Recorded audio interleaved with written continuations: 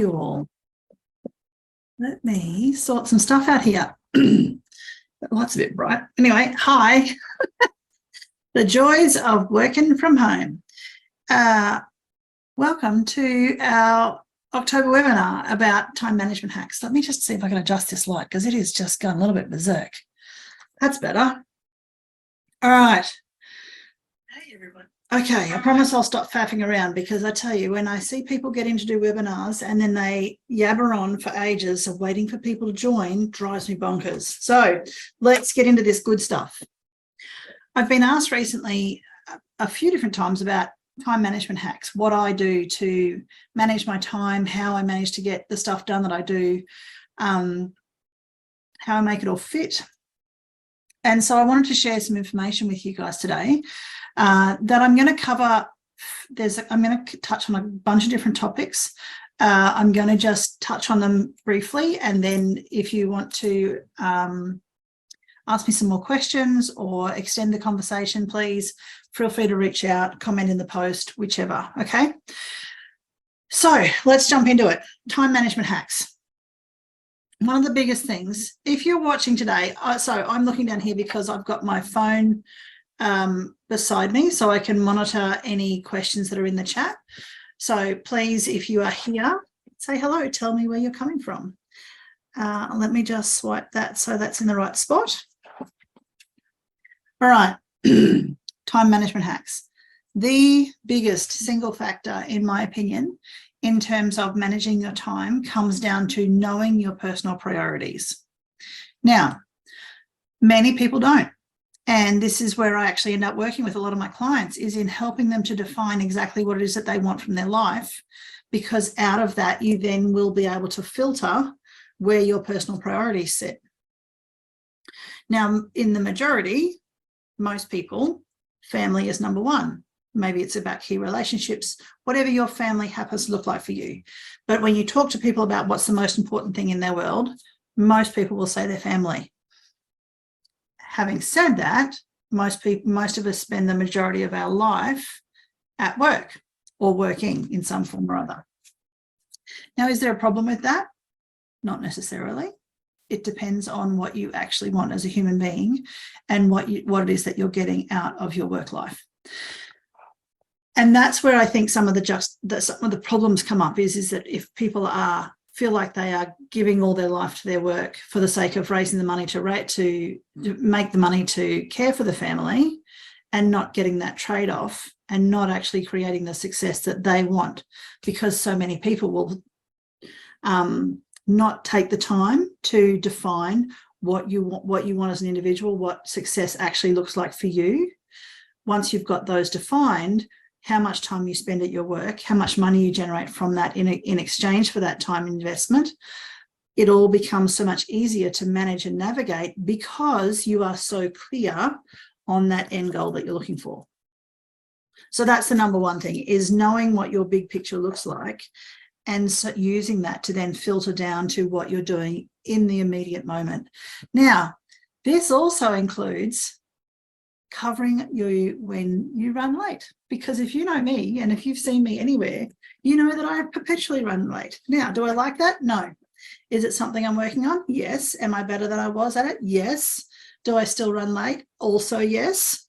Not always, but sometimes. But here's the thing. If I wouldn't say time blindness, but I do definitely underestimate how long things will take. And hello, Mitch. I will often underestimate how long a job is going to take. And so when I allocate the time in my calendar, I just haven't allowed enough space to finish this one and get to that one. And so I often end up running late. Now, I'm not going to speed for the sake of getting to an appointment on time. I will, if I realize that I'm going to run late, I will make sure that I safely send a message to the person that I'm coming to see and say, hey, I'll be there in about 5 minutes. Thank you for being patient. But my priority in that situation is staying safe for myself, for my family, for the people who are on the road. And yes, I don't like the fact that I run late, and I know that it's not respectful and all those other things, and I'm working on it. So there's this whole priority thing that is really, really important to apply, so that when you are making the choices, those right from the great big life choices right down to the micro choices that happen on a daily basis, that you choose those and are comfortable with that choice, so that whatever that outcome brings, that you will then be more comfortable with that outcome. All right. Hello, Michelle Damon. Lovely to see you on here. So, number one, know your priorities. Number two is take a bit of an audit. Have a look at where your time and energy are currently going, and look at what that investment is bringing back to you. Is it that, if you are investing very heavily into your business, into your whatever it is, or your job or your career, whatever it is that brings you income and finances right now, there's a finite amount of time in our world, in our day. When we have so much going into one particular area, other areas are going to be affected by that. That's the nature of the beast. But are you okay with the outcome that you're getting and what it is that you're working towards? And again, this comes back to looking at what you're doing right now and how it fits up against that big picture of yours, right? I need to update this one, but you see this dream tree framework, and hopefully it's big enough for you to see on the screen there. But you can see that this is effectively a tree of life, where you can see the tree as well as the roots, and then you've got the fences, right? If you've listened to me before, you'll know that I use this to talk about the tree being, if this is you as a person, the tree is that canopy. That's the life that you've created. The roots are the dreams that you're working on. You're the tree, the boundaries, the fences is the boundaries in between. All of these need to be coherent for you to get the results that you're wanting. Now, if you have got a massive amount of time going into your business, into your work or your career, and you're not getting the trade-off now and can't see that changing in the future, that is going to create a disconnect between the dreams that you want and the future that you're creating or the present that you're currently living in. And that's where stress happens. That's where problems come in, because those boundaries have not been reinforced. Hello, Melanie, and Kirsty as well. Hi. So it's really important that you assess what you're doing right now. Now, I understand, and I absolutely fully get that when you need to build a business, when you're getting something started, there's going to be significant time, energy investment, and often significant financial investment as well. Not always, depends on what you're doing. However, if that trade-off is giving you, if what you're getting out of that is giving you what you need, then that's okay.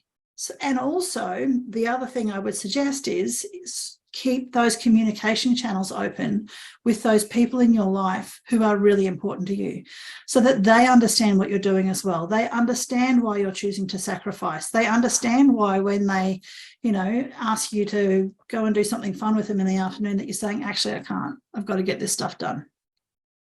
The more that you can communicate what it is that you want and why it is that you're doing what you're doing, then when sacrifices need to be made and that outcome comes from that, whatever that result actually ends up being, it's easier to live with. So that audit process of understanding where your time and energy is going right now is really important, because if you've got too much in one space and not enough in another, you will end up with this disconnect. It's certainly sustainable for a short period of time, but over the longer term, not so great. So my suggestion would be to get in and be very mindful and aware of where your time and energy are going, because we've all got energy sucks. Oh my goodness me. There are so many times where you will just, where things will just, you start here and you end up there with the amount of time you think you're doing with it. One of the things that you can do is, I'm just going to show a very quick little PowerPoint here to help you with some of that auditing process, right? I want you to have a think about, if you can see that screen there. I hope you guys can actually see me and hear me, because I had lots of problems with Zoom earlier, but it looks like it's okay. I want you to have a think about this in terms of how you're categorizing what as you're doing this audit process. So you want to divide your different things that you have either done if you're doing an audit, as in retrospective audit, or if you're going to start planning, put out your to-do list and then categorize them into 4 different sections. There are those things that are, let me get my screen to change, urgent and important. There are things that are not urgent, but they're still important. So if you think of urgent and important, that might be, say, getting your taxes done. If you're in Australia, you've got until the end of this month, otherwise you start getting in trouble from the ATO. If it's not urgent and important, maybe that's something like, I don't know, reviewing an insurance policy. You've got a policy in place so that you're covered, but you've just got to make sure that it's just exactly right.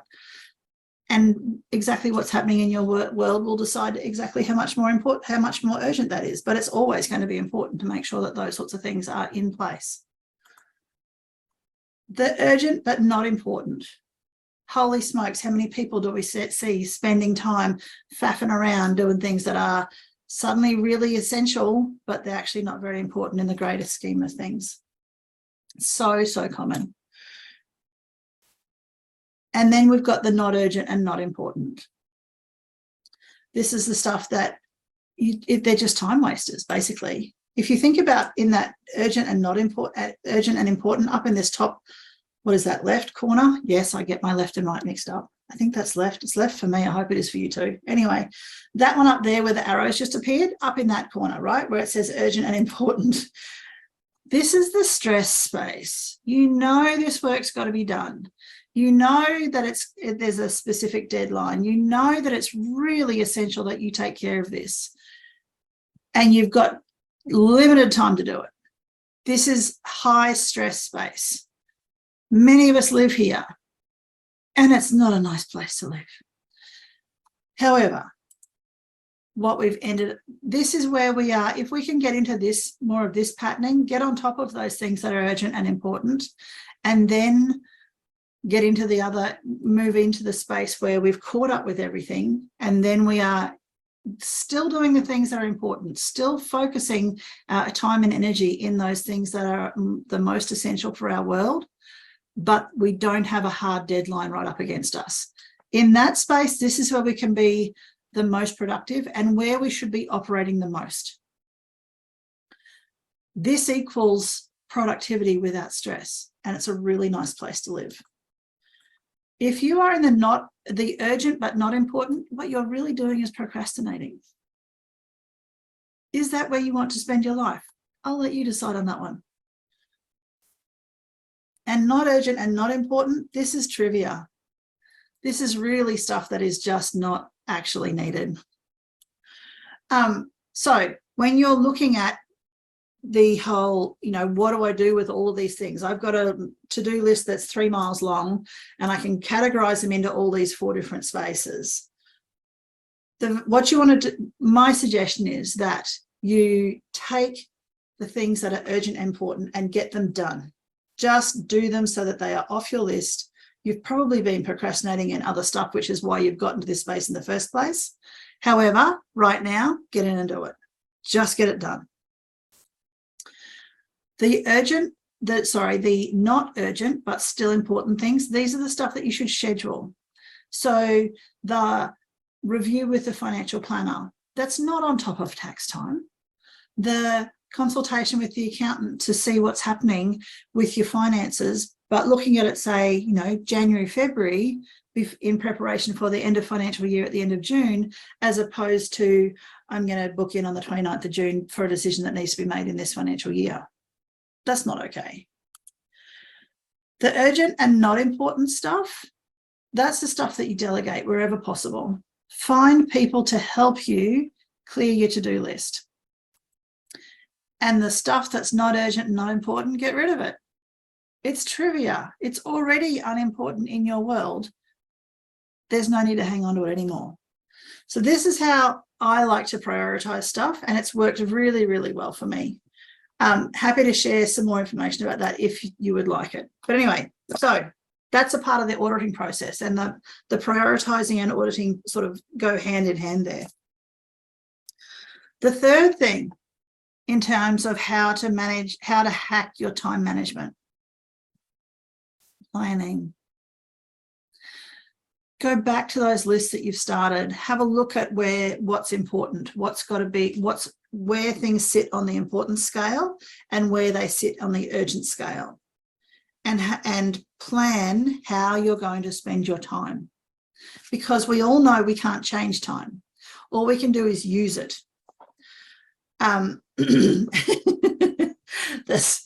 Mitch has actually popped in here. As a VA, I can attest that this works wonders. It absolutely does. And I'll talk more about that in a little bit. Plan how you're going to spend your day.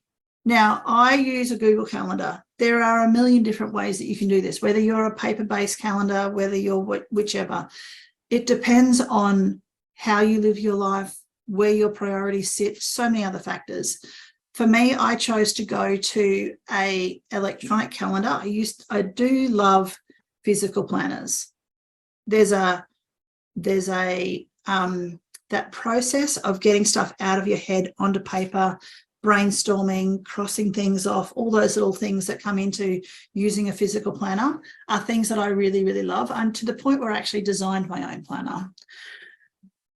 However, I was finding it very difficult to make appointments, and when clients were wanting to work with me, we would go backwards and forwards over and over and over and over and over again, trying to work out a time that fitted both of our calendars. And so I chose to go with an electronic calendar and a appointment scheduling service, as in I use Calendly. There's a million of them out there. So that I could send a link to a client or potential client or whoever it was that I was talking to and say, grab a space in my calendar, let's chat. And then they can choose a time that fits with their calendar, and I don't need to spend hours going backwards and forwards shuffling between what works for you and what works for me. So that's one of the things that I've done. The other thing that I have started doing that's working really well for me, and I've heard lots of people talking about this, is time blocking.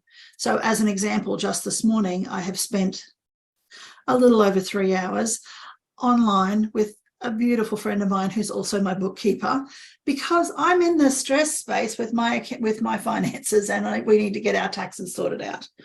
Now, but that block of time where I have been focused on just that has made it so much more productive than dropping in and out and having all these other interruptions happening. And even when, I got a phone call in the middle of it from a family member, that interruption, I could really feel a shift in our productivity because that block was interrupted. Now, my priority, look back now, and again, this is just this morning, look back now that if I had my time over, I'd still take the phone call from my family because that's my priority.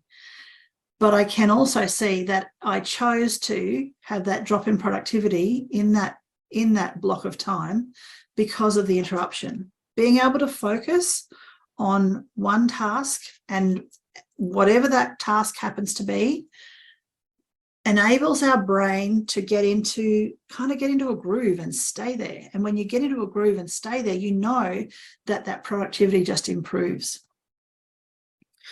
One of the other things that I found incredibly helpful is having an accountability buddy.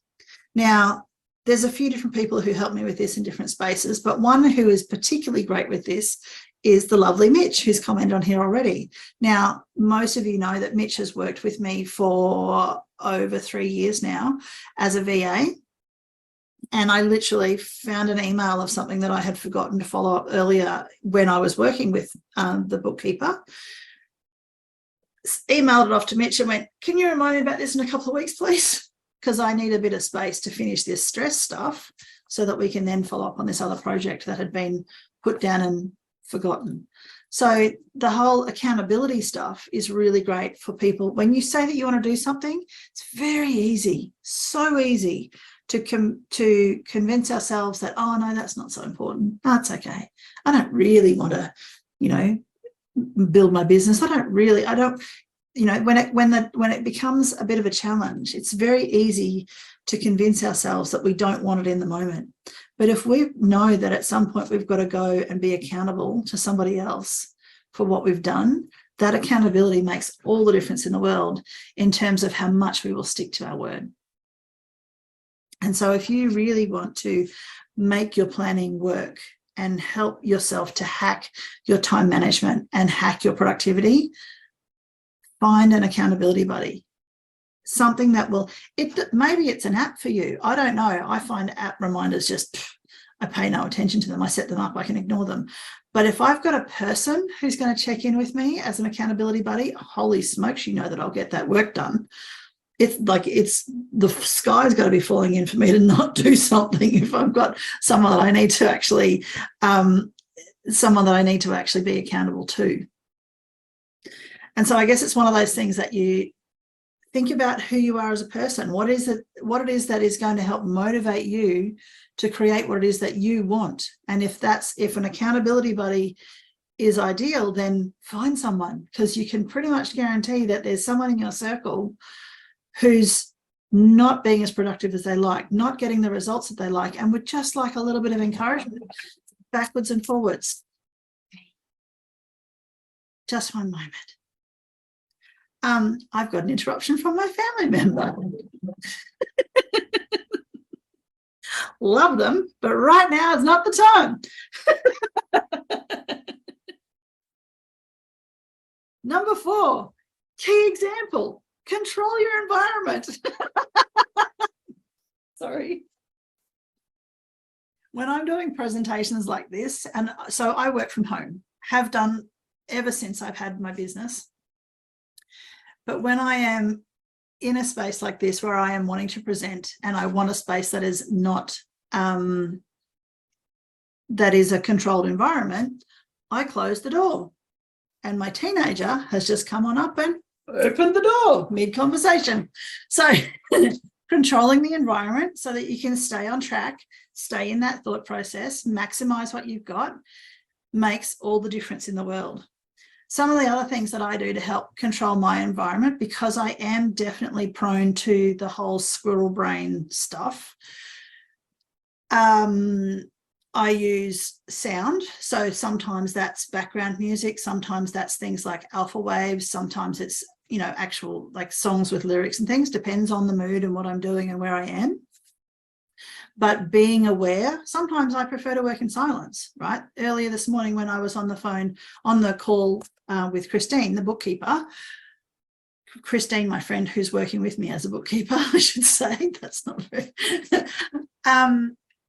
I wanted zero background noise because I wanted to be able to focus entirely on what Christine was saying.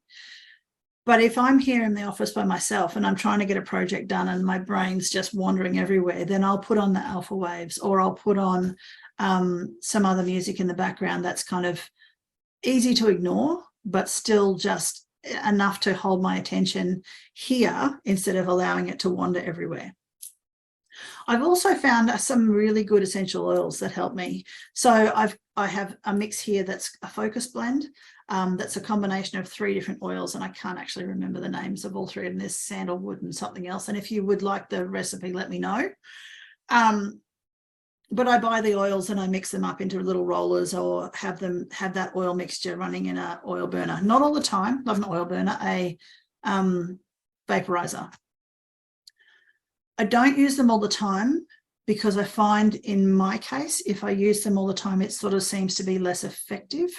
But also too, with the way this space is, and the amount of oil that pumps out, because I always seem to put too much oil in the vaporizer, it kind of gets a little bit overpowering. However, it is definitely, if I know that I've got to really knuckle in and get stuff sorted, then those oil combinations really, really help me. And there's a bunch of other things that you can use as well in relation to that. Maybe it's things like using a timer. You know, there's the Pomodoro technique and all those other sorts of things that you can use, where you control that in this 10 minutes or in this 20 minutes, whatever your kind of little, you know, we all have our own different sort of natural attention span. Once you work out what that is, if you set a timer and go, right, I'm going to spend 12 minutes doing this.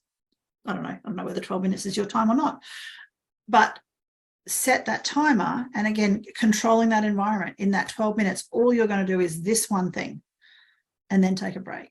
And then maybe it's about also making sure that you have something like this. This is my little success bell that literally got rung this morning. As a little, hey, I got that done. I did a full 12 minutes of concentrated work, and I made sure that I was really effective in that time, and I didn't get distracted, and go me, yay, right? I don't know what it is for you. This is the things that I use. These are the hacks that have helped me to be so much more productive in what I do and how I do it. The fifth thing, and this is probably the biggest thing that has helped me beyond anything else, is choosing to outsource. Now, what does that look like? Again, depends on you. I'll tell you what outsourcing looks like for me. I started with the beautiful Mitch as a VA who came on board with me and who helped me with a lot of the back end stuff. So you'll see Mitch and the other two ladies who work with me now, they do a lot of the graphic design kind of work. They do a lot of the social media stuff. There's a bunch of different things that they do to help me so that I don't have to look at making sure that that stuff happens. They've also, because of what I've been able to do, I've also now outsourced some of the housework. I've got a lovely lady, Angie, who comes in here twice a week. Sorry, not twice a week, every 2 weeks, and does some basic cleaning through the house.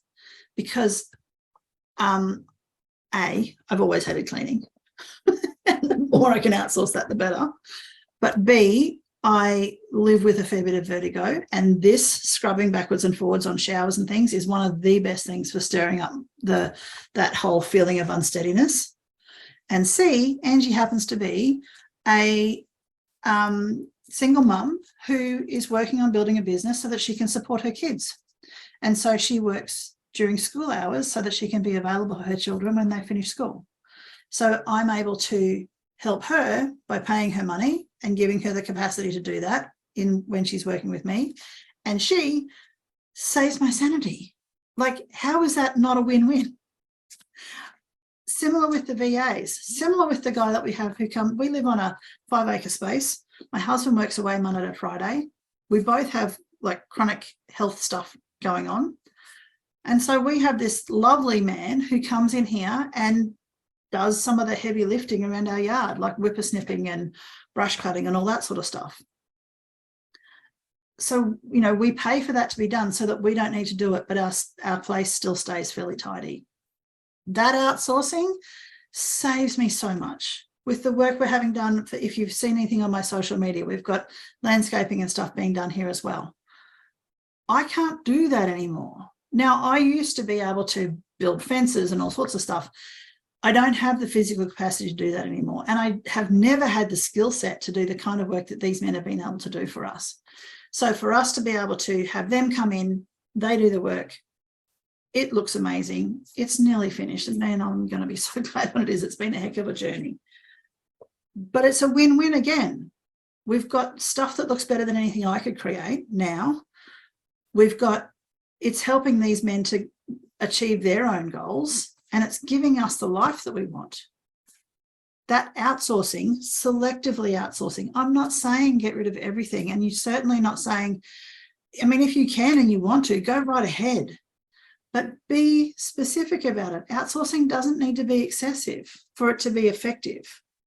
But what I would suggest is if you've got things that you want to get help with, have a look at a couple of key areas. Have a look at the stuff that you hate doing, right? AKA Christine and bookkeeping, right? I hate that stuff. I don't know why I've got this big thing against it, because knowing our numbers in our businesses are so, so important. But that day-to-day drives me bonkers. And thankfully, this is the stuff that she loves to do. Like, get that, not so much the doing, but I know she loves the outcome of it. So that's a really great thing. But finding the stuff that you hate, look at how you can outsource that to begin with. Look at the things that you're not good at. These are often connected. right? Have a look at what those things look like, and can you outsource those? And when you get to the point that you've got the financial reserves to be able to bring in even more people, then start looking at what you're currently doing that other people can do for you. Because if you're building a business, there's certain parts about your business that are 100% you, and nobody else can duplicate that. But if you are, there's in every business, there's a really big chunk of stuff that's duplicatable. And so if you can systemize that, keep a record of how it's created, and then be able to outsource, like help someone, get someone to help you with that, there's a whole heap of time freedom that's coming your way in that regard. Let me just have a look. Oh, thank you. Mitch has just popped a YouTube link in there for us to have a look at as well about productivity hacks. So they're the things that I do. Do I have a perfect system? No. Is it a lot better than it was? Yes. Do I manage to get a lot of stuff done? Yes. Can I get more done? Yeah, probably. Do I still procrastinate sometimes? Yeah. Yes. However, take all those different pieces, put them together however it fits for you. My suggestion is that if you're not currently doing a lot of these different things to help you hack your time management, take one or two of them and just implement those. I'd actually suggest just start with one. Pick one, put it into place, make sure it's cemented in as part of your life, and then add something more to it so that it becomes a gradual improvement. If you look at the book, James Clear's Atomic Habits, he talks about starting with a habit. You know, if you want to become super fit and you're currently completely sedentary, deciding to go to the gym for half an hour every day, 7 days a week, is not attainable for you as an individual right now in terms of maintaining that long term. But if you, say, park your car at the front of the house, and instead of just walking inside the door, that you walk all the way around the house and then inside the door, and make that a part of your daily habit, that's increase your activity levels, right? It's just a starting point, and you slowly build on these things, but make sure that whatever you do, A, you tie it to something you're already doing, and B, you just make it a small increment. Make your bare minimums a small thing. If you do extra, that's great, but every day do that bare minimum to add these things in until you end up with the mesh of activities that are going to help you hack your own time management in whatever that looks like for you. So if you want some help with that, give us a yell. I'll drop my Calendly link into the chat here, or knowing Mitch, she'll probably beat me to it. But I've got a 20-minute quick connection call that I offer to people that's free of charge. If you've got some questions about this, or you just are needing to work out something in your own system, give us a yell. Happy to have a chat, happy to help you out however I can. And for now, I want to say thank you for those of you who have been on it. I did see that there's a whole bunch of you who have joined. Please go back to the start of the recording and have a listen, and hopefully all these things will help you as well. But I want to say thank you for your time today, but for now it's bye from me.